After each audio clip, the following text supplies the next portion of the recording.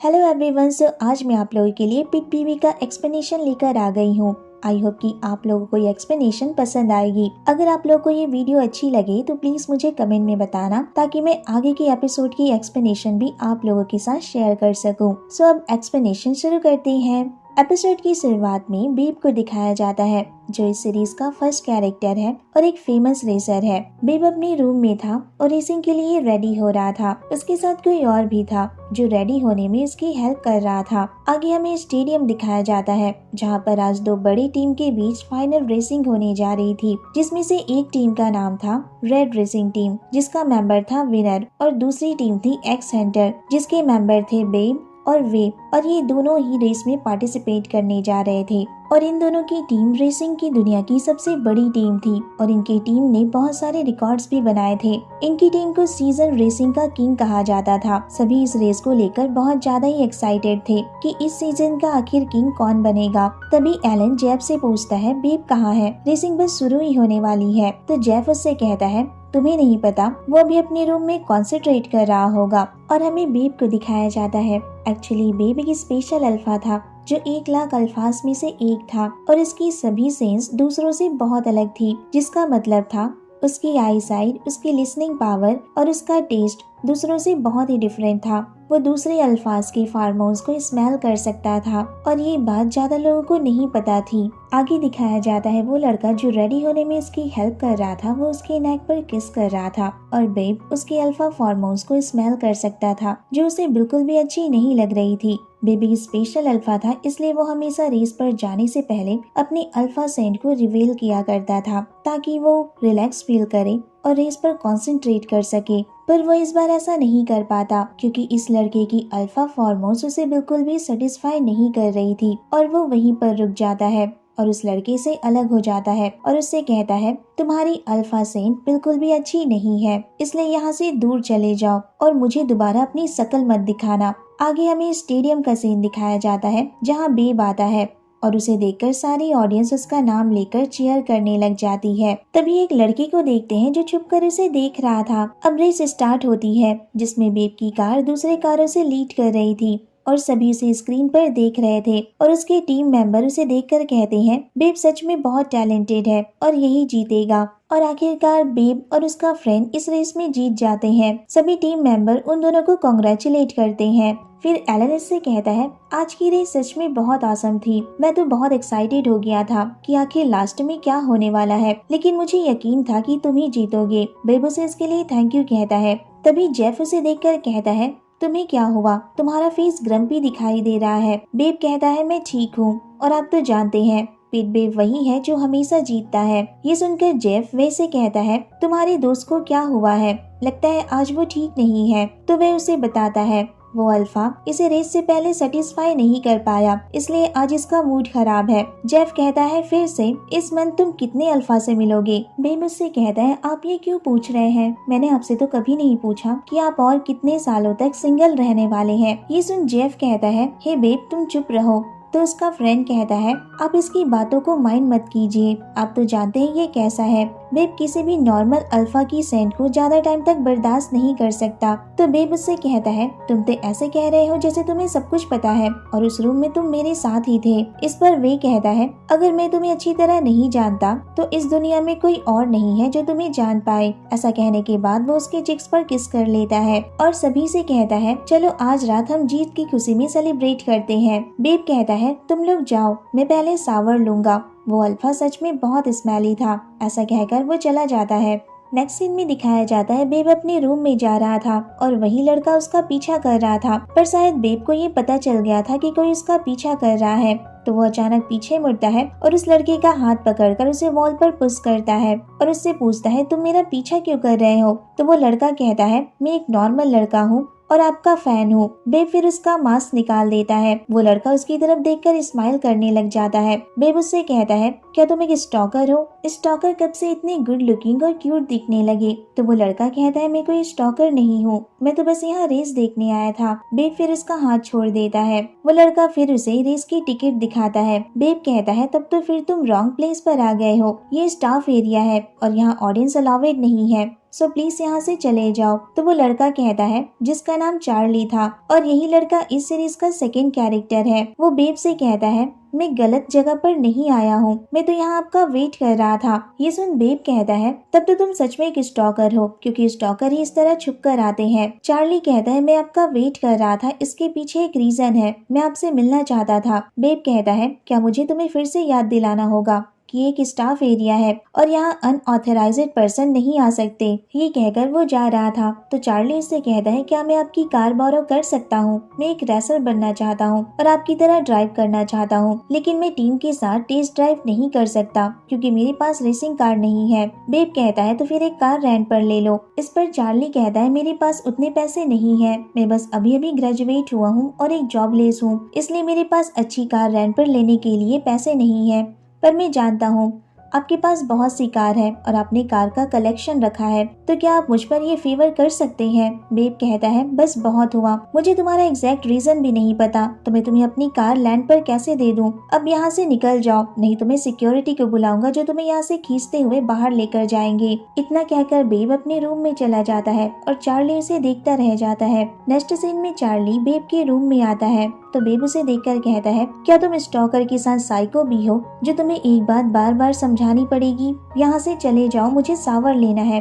तो चार्ली उससे कहता है आप मुझे डांटे या कुछ भी करें पर मैं इस अपॉर्चुनिटी को अपने हाथ से नहीं जाने दूंगा। आपको पता है आपसे मिलना कितना मुश्किल है और मैं कितनी मुसीबतों को झेलकर यहाँ पर आया हूँ और मैं तो बस आपसे एक कार ही मांग रहा हूँ ना, और उसके बदले आप जो कहेंगे मैं करने को तैयार हूँ। ये सुनकर बेब उससे कहता है तुम्हारा नाम क्या है। चार्ली उसे अपना नाम बताता है। बेब कहता है क्या तुम अल्फा हो। चार्ली कहता है हाँ। तो बेब उससे कहता है क्या तुम श्योर हो जो तुमने अभी कहा, तुम बाद में इसके लिए रिग्रेट फील नहीं करोगे कि तुमने मुझे ऑफर दिया था। चार्ली कहता है मेरे पास जो भी है मैं आपको देने को तैयार हूँ, अगर आप मुझे एक कार लैंड पर दे देते हैं, और मैं आपकी काइंडनेस को कभी भी नहीं भूलूंगा। मैं इसके लिए आपका लाइफ टाइम सर्वेंट भी बन सकता हूँ। बेब कहता है एक सर्वेंट, पर मुझे सर्वेंट की जरूरत नहीं है। फिर उसका शर्ट पकड़कर अपनी तरफ खींचता है और कहता है मुझे तुम्हारी जरूरत है। चार्ली कहता है आपका मतलब क्या है। बेब कहता है तुमने कहा तुम मेरे फैन बॉय हो, तो तुम्हें मेरा दूसरा नाम नहीं पता कि मुझे किस नाम से बुलाया जाता है।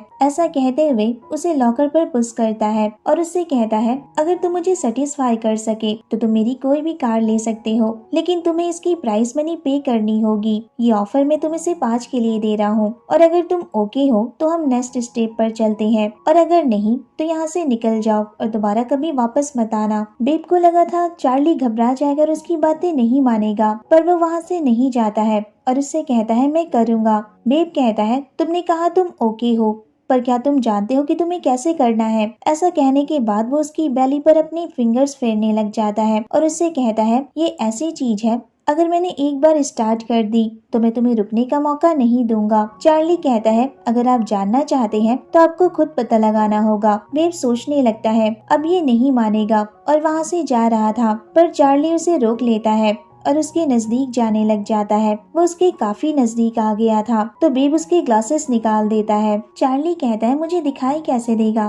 तो बेब कहता है क्या तुम्हें ये सब करने के लिए अपनी आंखों की जरूरत है। ये सुन चार्ली उसके नेक पर हाथ रखता है और उसे किस करने लग जाता है, पर बेब उसे अपने लिप्स पर किस करने नहीं देता। तो चार्ली उसके नेक पर ही कंटिन्यूअसली किस करने लगता है। बेब को लगा था कि चार्ली ये नहीं कर पाएगा, पर अब वो उसके किस को फील कर सकता था और उसकी अल्फा सेंट को भी, जो कि बहुत प्योर और स्वीट थी। चार्ली इससे पहले कभी भी ऐसे अल्फा से नहीं मिला था और न ही उसने ऐसे फॉर्मोन्स को स्मेल किया था। वो चार्ली की तरफ खींचा चला जा रहा था और वो इस बात से बहुत सरप्राइज होता है। वो बार बार उसकी सेंट को स्मेल करने लग जाता है और फिर चार्ली को किस करने लगता है। नेक्स्ट सीन में चार्ली उससे पूछता है तो उसने कैसा किया, क्या वो उसके एक्टिविटी स्टैंडर्ड के लिए क्वालिफाइड हुआ। बेब उससे कहता है तुम इनोसेंट बनने का नाटक कर रहे थे क्योंकि तुम मुझे कार के लिए ट्रिक करना चाहते थे। चार्ली कहता है मुझे सच में आपकी चॉइस नहीं पता है, इसलिए मैंने बोल्ड रिएक्ट नहीं किया, और इसके अलावा मैंने कभी भी अपने फायदे के लिए किसी दूसरे का फायदा नहीं उठाया है। मैं तो ये भी नहीं जानता कि मैंने सही किया या गलत। बेब उससे कहता है तुम अभी ब्लैंक हो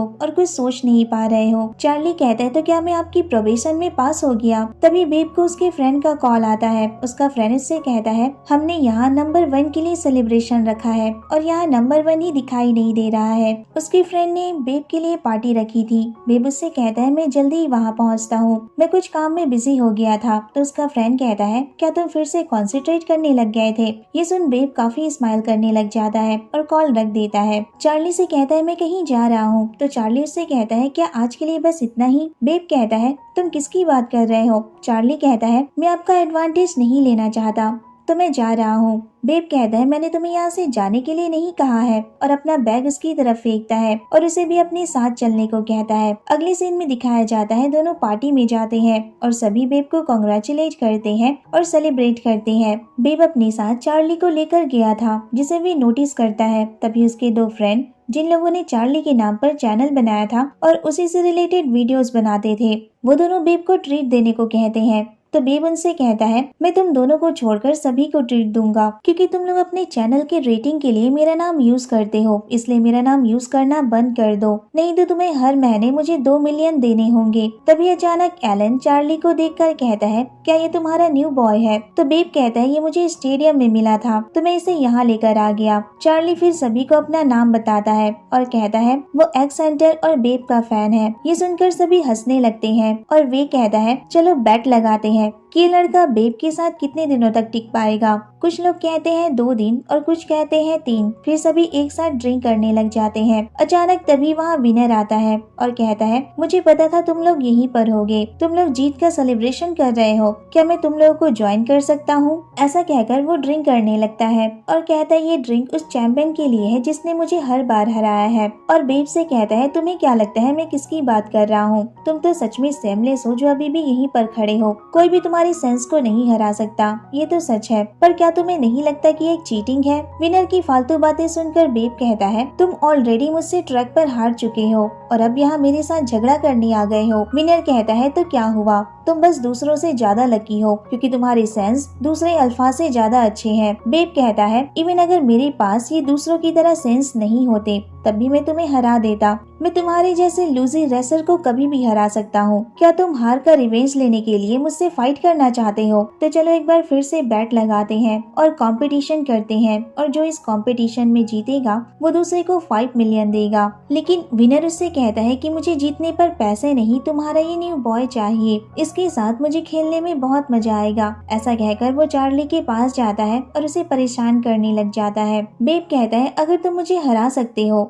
तो तुम इसे अपने पास रख सकते हो। ये सुनकर चार्ली को शॉक लगता है। सभी फिर रेस के लिए बाहर आते हैं। विनर कहता है तुम ट्रैक पर मुझसे पहले ही जीत चुके हो तो इस बार सारे रूल्स मेरे होंगे और जगह भी मेरी पसंद की होगी और कार भी मेरी पसंद के ही होंगे। तभी वहाँ 2 कार आकर खड़ी होती है। जेफ उन कार को देखकर कहता है तुम ड्रिफ्टिंग में कंपटीशन करना चाहते हो जिसमें तुम अच्छे हो, पर ये तो चीटिंग है। तुम कंपटीशन के लिए उसे चूज नहीं कर सकते जिसमें तुम अच्छे हो और दूसरे नहीं। तो विनर जैब से कहता है ये जगह सेम है और कार की पावर भी सेम है, तो फिर ये चीटिंग कैसे हुआ? चलो गेम स्टार्ट करते हैं। बेब फिर कार की तरफ जा रहा था तो चार्ली उसे मना करता है और कहता है आप किसी और चीज की बैट लगा सकते थे पर आपने मेरी बैट क्यों लगाई? बेब कहता है तुम कुछ ज्यादा ही नॉइसी हो। तो चार्ली उससे कहता है मैं विनर के साथ नहीं रहना चाहता, मैं उसके बदले आपके साथ रहना पसंद करूंगा। बेब कहता है मैं पिट बेब हूँ जो कभी नहीं हारता और ये बात तुम भी जानते हो। चार्ली कहता है मैं जानता हूँ आप नहीं हारते,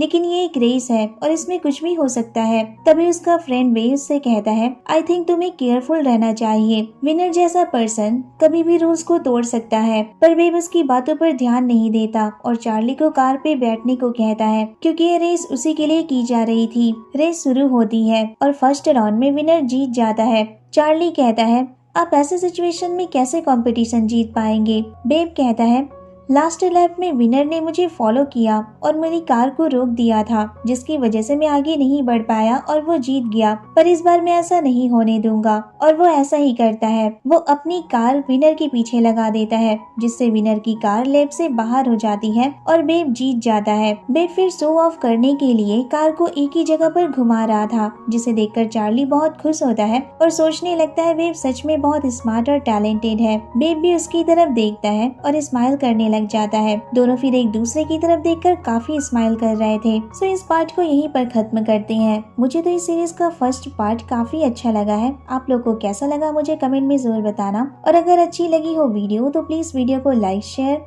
और मेरे चैनल को सब्सक्राइब करना मत भूलना। Thanks for watching. Bye bye, take care.